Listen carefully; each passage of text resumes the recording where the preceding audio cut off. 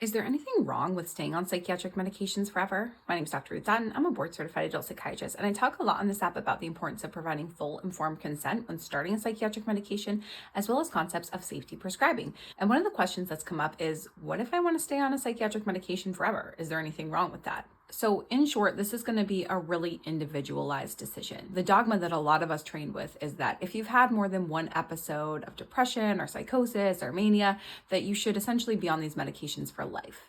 We're coming to learn, however, that the risks versus benefits analysis when it comes to taking medications forever versus untreated mental illness is not so simple, and there are a lot of different factors that need to be considered.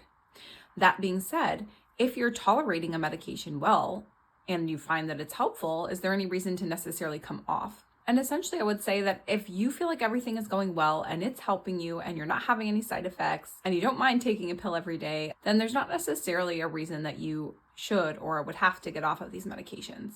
And I'm talking about things like antidepressants, antipsychotics, etc. Some medications do carry other unique risks associated with them, things like benzodiazepines, gabapentinoids.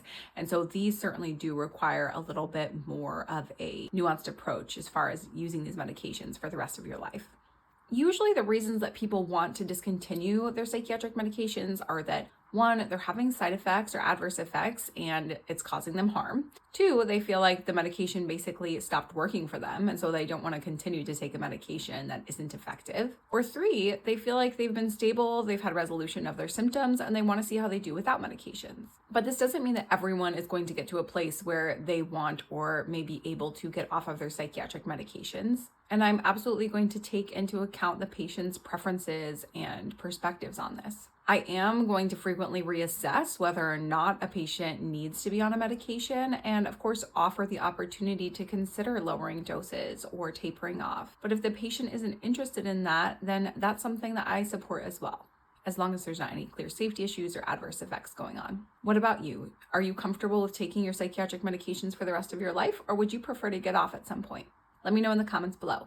Also, I'm putting together an email list for those of you who are interested in my content because I may have future courses or offerings and I want to be able to communicate directly with you all about those things. So if that's you, then send me a DM with your email and I'll see you in the next one.